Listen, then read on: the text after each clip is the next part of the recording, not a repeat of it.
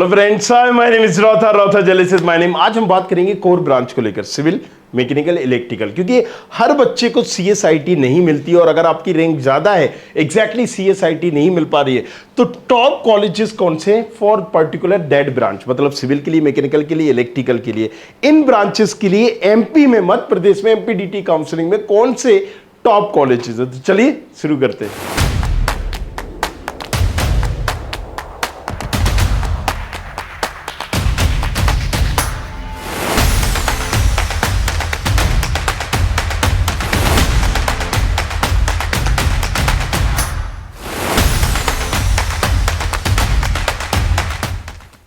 देखो, जब भी टॉप कॉलेजेस की बात आती है तो हमें दो तीन चीजें याद रखनी है। टॉप कॉलेजेस हम किस पैरामीटर्स में मानते हैं? जहां पर एक प्लेसमेंट अच्छा हो सके। अगर उस कॉलेजेस में प्लेसमेंट है तो हमारी नजर में एक अच्छा कॉलेज है। अगर वहां का एकेडमिक अच्छा है तो वो अच्छा कॉलेजेस है। इंफ्रास्ट्रक्चर फैसिलिटीज अगर अच्छी है तो वो अच्छा कॉलेज है। यही दो तीन पैरामीटर्स होते हैं जिनको हम देखते हैं। बाकी सारी चीजें तो धक जाती है, ठीक है, मेस है, फूड है, हॉस्टल है, नहीं है, हम बाहर पढ़ लेंगे।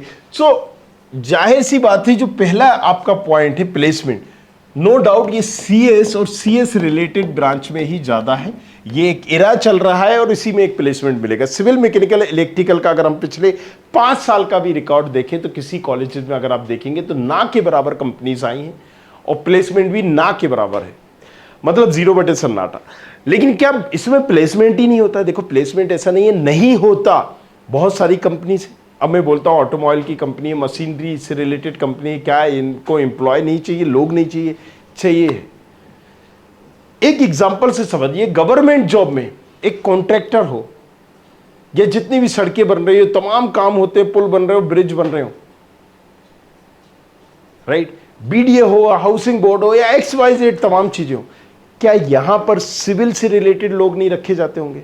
सोच के देखिए, रखे जाते हैं। मतलब गवर्नमेंट में हर जगह सिविल वाले, मैकेनिकल वाले और इलेक्ट्रिकल वालों की ही हायरिंग होती है। इवन आर्मी तक में। तो ऐसा नहीं है, इस ब्रांच को आप लाइटली ले सकते हो, लेकिन पर्टिकुलर इंटरेस्ट होना चाहिए इस ब्रांच में। अगर इंटरेस्ट है तो नो डाउट आगे चलकर एक फ्यूचर स्कोप है। क्यों मैं बोल रहा हूं आगे चलकर? क्योंकि सीएस रिलेटेड हर कोई कर रहा है, हर कोई बच्चा चाहता है कि सीएस मिले, सीएस मिले, सीएस, आईटी, एआई। और जब ये एआई आएगा तो कहीं ना कहीं जॉब अपॉर्चुनिटी बढ़ रही है, लेकिन कम भी हो रही है। दोनों पैरामीटर्स आपको ध्यान में रखने होंगे।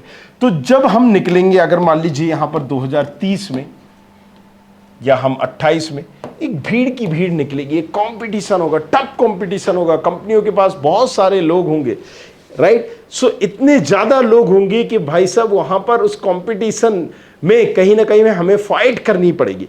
सो आप इन कोर ब्रांचेस को देख सकते हो। आप मुद्दे पे आते हैं कि भाई टॉप कॉलेजेस कौन से हैं इन ब्रांचेस के लिए, तो नो डाउट प्रेफर करिए कि आपको गवर्नमेंट कॉलेजेस मिल जाए, क्योंकि एमपी में कोई भी ऐसा प्राइवेट कॉलेजेस नहीं है, कोई भी ऐसा कॉलेजेस नहीं है जो आपको सिविल, मैकेनिकल, इलेक्ट्रिकल में ब्रांच में एडमिशन दिलाकर एक प्लेसमेंट दिला दे या एक एक्सपोजर दे दे या प्रैक्टिकल नॉलेज दे दे। प्रॉपर प्रैक्टिकल नॉलेज पढ़ा देंगे, तमाम चीजें करेंगे, बट आप वहां से कुछ हासिल नहीं कर पाओगे, राइट।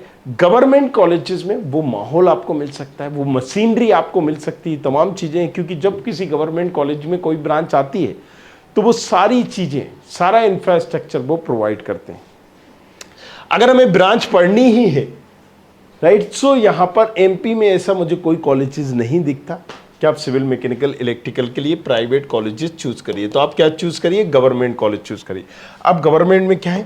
HGS ITS है, इसकी भी 1 लाख प्लस में ये ब्रांच कहीं ना कहीं मिल जाती है, 1 लाख के ऊपर रैंक में यहाँ मिल जाती है। DAVB भी लगभग 1 लाख के ऊपर मिल जाती है। JEC जैसी कॉलेज 2 लाख के ऊपर आपको मिल जाती है। MITS जैसी कॉलेज, मतलब यहाँ पर अगर आपकी रैंक 6 लाख है, 5 लाख है, 7 लाख है, 8 लाख है, उससे ऊपर मिल जाता है। RGP भी यहां पर 2-3 लाख तक या उससे ऊपर आपको मिल जाता है। सो पॉइंट इज दिस कि गवर्नमेंट कॉलेजेस में, बहुत सारे गवर्नमेंट कॉलेजेस में आपको मिल ही रही है। जब ये ब्रांच मिल रही है तो आप उनको प्रेफर करिए, लीजिए। दूसरा, अगर आप किसी प्राइवेट कॉलेजेस में ले रहे हैं और आपको फीस ना के बराबर लग रही है, नॉमिनल लग रही है, आधी फीस लग रही है, आधी से कम फीस लग रही है, या फिर TFW में हो रहा है, फ्री स्कीम में हो रहा है, तो फिर आप इसको लीजिए। और ऐसी ब्रांच वाले बच्चे जिनको सिविल चाहिए, मैकेनिकल चाहिए, इलेक्ट्रिकल चाहिए, किसी प्राइवेट कॉलेजेस में आप फुल फीस पे मत लीजिए। कोई भी कॉलेजेस हो, आपकी फ्री सीट में भी आपको मिल जाएगा। नहीं हो ज्यादा तो आप व्हाट्सएप कर देना 9911500222 इन ब्रांचेस के लिए, हम आपको बता देंगे, हिंट कर देंगे। सो अगेन मैंने बताया गवर्नमेंट कॉलेजेस हमें प्रेफर करना है, और अगर हमें देखना है कि भाई साहब किस रैंक में एग्जैक्टली कौन सा कॉलेजेस मिल सकता है, तो हमने आपको पहले भी बताया था, टूल हमने बना रखा है, प्रेडिक्टर हमने बना रखा है, ये तमाम चीजें भाई, ये सिर्फ MPDT के नहीं, सभी चीजों के, इवन ये आपको टूल काउंसलिंग तक करके देगा, काउंसलिंग करवा के देगा, एग्जैक्टली इंडिकेट करेगा, सही करके देगा। AI टूल की मदद से आपकी रैंक पर कौन से कॉलेजेस मिल पाएंगे वो भी आपको बता देगा। तो आपको कुछ नहीं, नीचे लिंक दी गई है, studentkhapri.com पर जाना, वहां से देख सकते हो।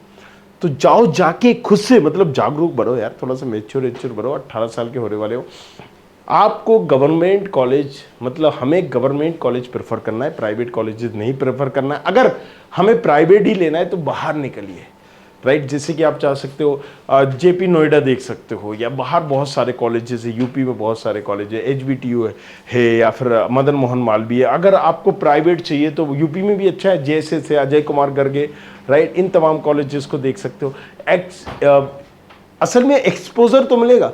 MP में किसी एक प्राइवेट कॉलेजेस का नाम बता दो जहां तुम्हें एक्सपोजर मिल रहा हो इन ब्रांचेस में, मुझे तो नहीं पता। अगर तुम्हें पता है तो ठीक है, नीचे कमेंट करिएगा और मुझे बताइएगा आप पर्सनली, राइट, लेकिन मुझे नहीं पता।